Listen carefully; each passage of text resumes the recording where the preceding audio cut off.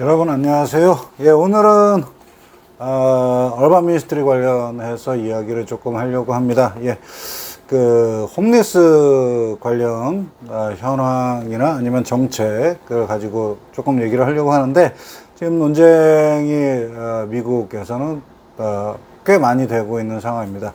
먼저 미국이 DC 등지의 어떤 경제적인 상황, 홈리스적인 현실을 조금 먼저 말씀을 드린다고 한다면,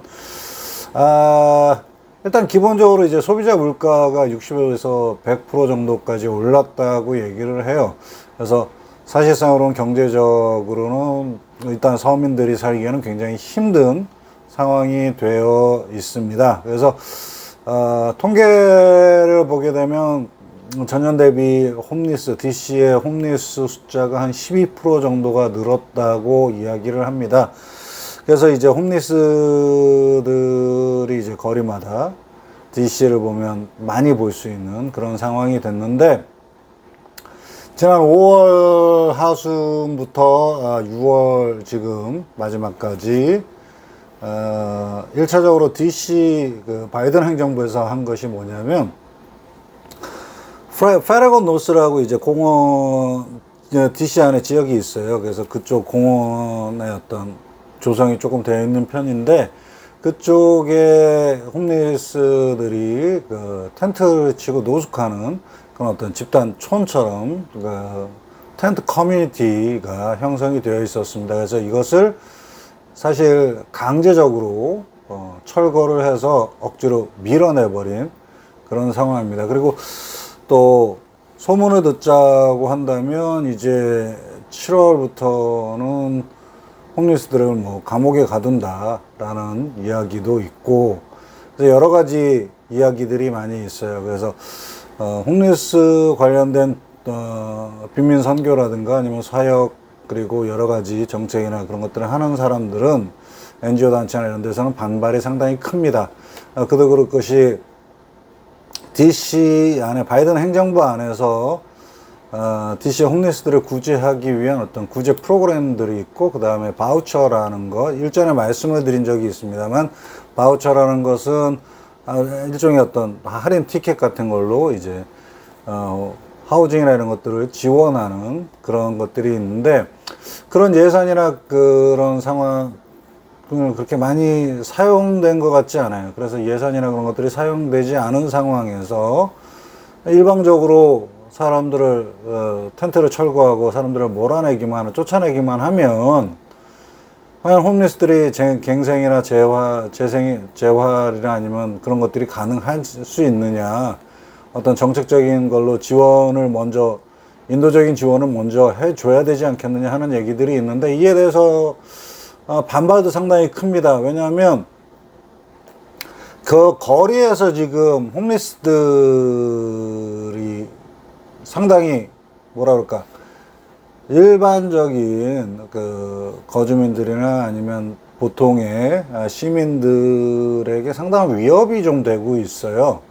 그도 그럴 것이, 여러분 뭐라 그럴까, 제가 표현할 때는 홈리스들이 상당히 어그레시브한 그런 태도를 갖고 있다라고 얘기를 할 수 있는데, 단순하게 이제 길에서 구걸을 하는 정도 차원을 넘어서서 뭐 차를 신호에 정차를 하고 있으면 와서 문을 두드리면서, 차문을 두드리면서 돈 내놓으라는 그런 어떤 위협 아닌 위협의 형태로 계속해서 돈을 줄 때까지 계속 떠들면서 이야기를 하고, 굉장히 뭐 홈리스 본인한테도 위험하기도 하고, 운전자나 이런 사람도 굉장히 뭐라 그럴까, 위협적인, 뭐 사고의 위험이 큰 거는 두말할 필요도 없고요. 그래서 그런 어그레시브한 행동들이 점점 늘어나면서 여러 가지의 어떤 폐해가 생겨나고 있습니다.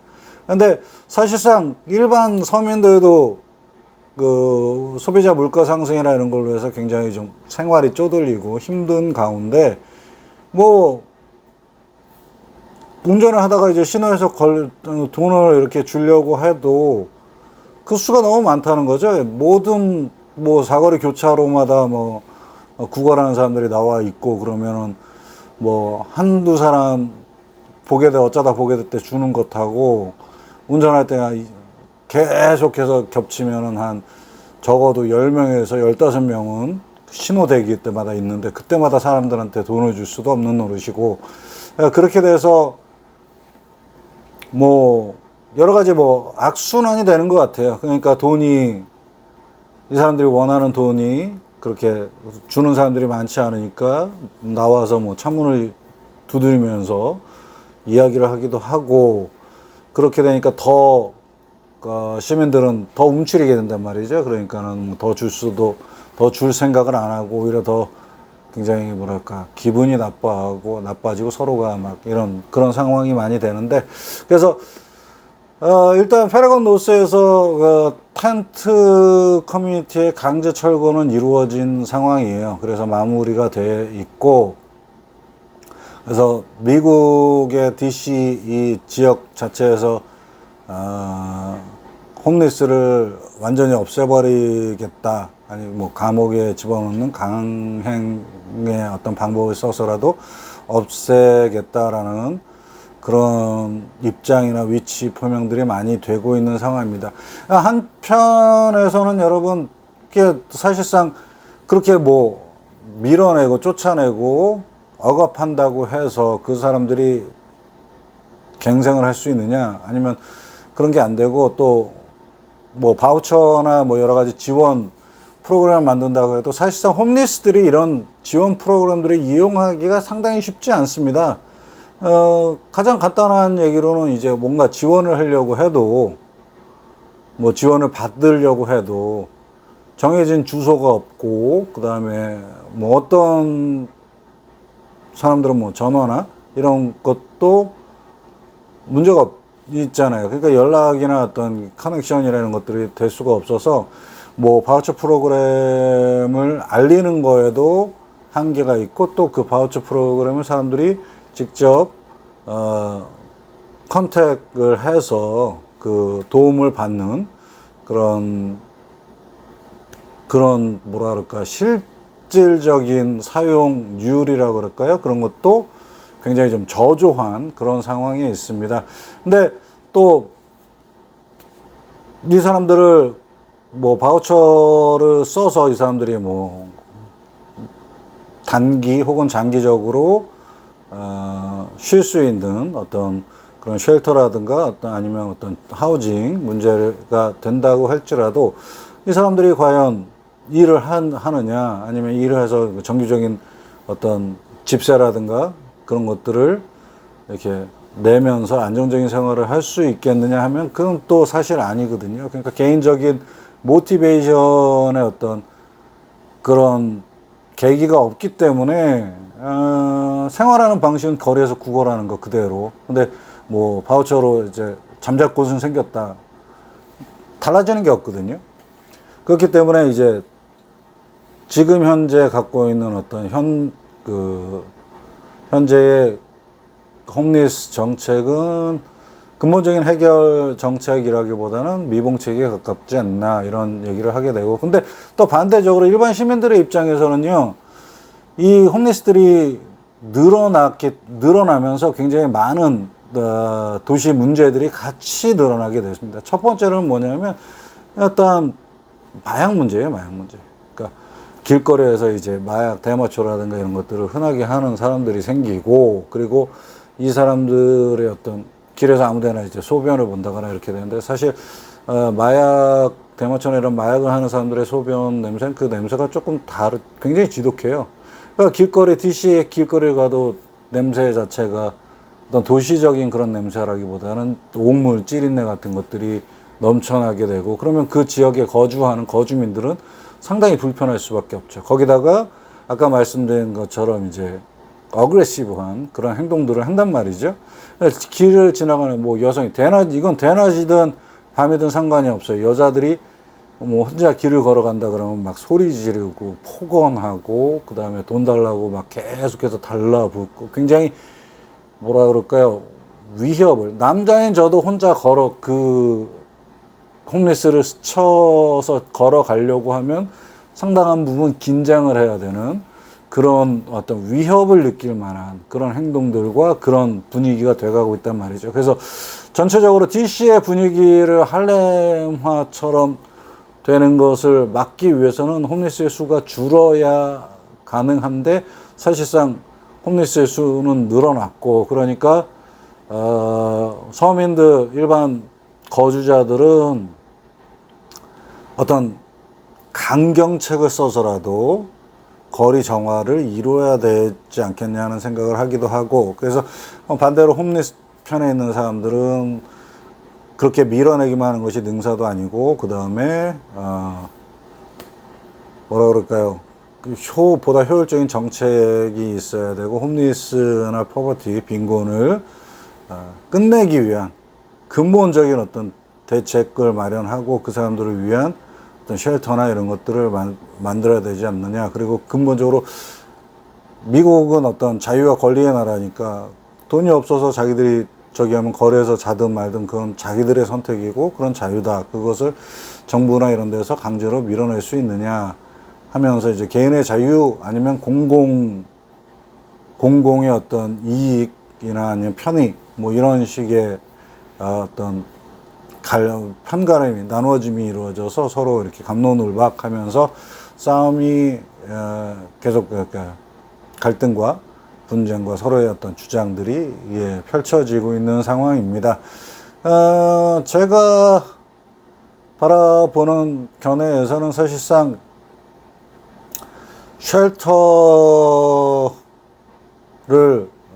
이용하는 것, 쉘터 서비스도 있어야 되겠지만은 이들을 어떻게 모티베이션을 할 수 있는 장기적인 그런 커뮤니티, 이들의 텐트 커뮤니티가 있으면 그 텐트 커뮤니티를 케어해서 돌보는, 그래서 그 커뮤니티 전체를 수용하고 그 다음에 어떤 직업 교육이나 이런 것들을 전체적으로 할 수는 보다 또 장기적인, 그러니까 단기적, 장기적 어떤 해결책이나 아니면 정책들이 같이 수립이 돼야 되는데 그런 정책들이 수립이 잘 되지 않는 상황인 것 같습니다. 거기다가 가장 큰 문제는 물론 돈이겠죠.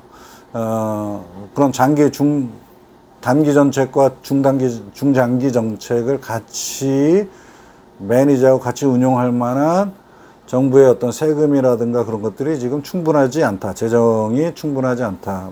이유는 아까도 말씀드린 것처럼 미국 자체 내에서도 경제적인 어떤 경제난이 어려워지고 있고 쉽지 않은 상황이기 때문에, 그래서 단순하게 해결될 수는 없을 것 같아요. 그렇다고 해서 또 거리에서 넘쳐나고 있는 홈리스들을 그대로 두기에는 일반 거주민들이나 시민들의 어떤 문제, 안전이나 그런 상황의 문제도 있지만 또 반대로 홈리스 홈리스 사람들 본인들의 어떤 안전이나 건강 문제에도 상당히 큰 문제가 따를 수밖에 없다라고 생각이 됩니다. 그래서 정부에서 감옥 시설을 이용할 수는 있는데 감옥 시설은 사실상 개인적인 어떤 비즈니스적인 형태가 있거든요. 그래서 감옥에 수용한다는 건 일정의 어떤 공짜 노동력을 감옥에서 이렇게 활용하게 되는 그런 형태가 있어서 그러니까 미국은 한국 사회랑 같이 감옥이 이제 민간 사업 투자 부분도 있어요. 그래서 그런 형태의 어떤 노동력 충당이라든가 아니면은 민간 사업의 이익을 위해서 사용되는 것이 아닌 형태로서는 일시적인 수용의 어떤 수용과 교육시설로 감옥을 이용하는 것은 나쁘진 않다고 생각합니다. 다만, 미국의 법 제도상 이제 감옥에 들어가는 것을 우리 쉽게 말하면 빨간 줄이 3번이면 사회 갱생이 안 되거든요. 영원히 거의 사회에서 축출돼서 아웃돼가지고 계속해서 감옥을 전전할 수밖에 없는 그런 상황처럼 되는데, 그런 것이 아닌 순수한 어떤 홈리스를 보호하고 수용하는 시설로서의 어떤 시설의 필요성이 좀 있고, 그 다음에 그 시설을 통해서 재교육과 모티베이션, 동기화를 이루어서 다시 사회에 다시 내보낼 때 미국 정부에서 얘기하는 그 홈리스 바우처라든가 아니면 홈리스 하우징 지원 프로그램들을 통해서 이 사람들이 사회에 적응해서 살아갈 수 있을 어떤 그런 연계된 프로그램들의 연계와 장기적인 어떤 운영이 굉장히 필요하지 않을까 하는 생각이 듭니다. 예. 그래서 오늘은 지금 DC 안에서 가장 문제가 되고 있는 홈리스의 이야기들, 그리고 이들을 위한 단기, 중기, 장기적인 어떤 그런 대책이라든가 그런 것들, 그리고 지금 현재 논쟁이 되고 있는 부분들을 좀 말씀을 드렸습니다. 예, 그러면 지금까지 시청해 주셔서 감사합니다. 다음 시간에 또 찾아뵙도록 하겠습니다. 감사합니다.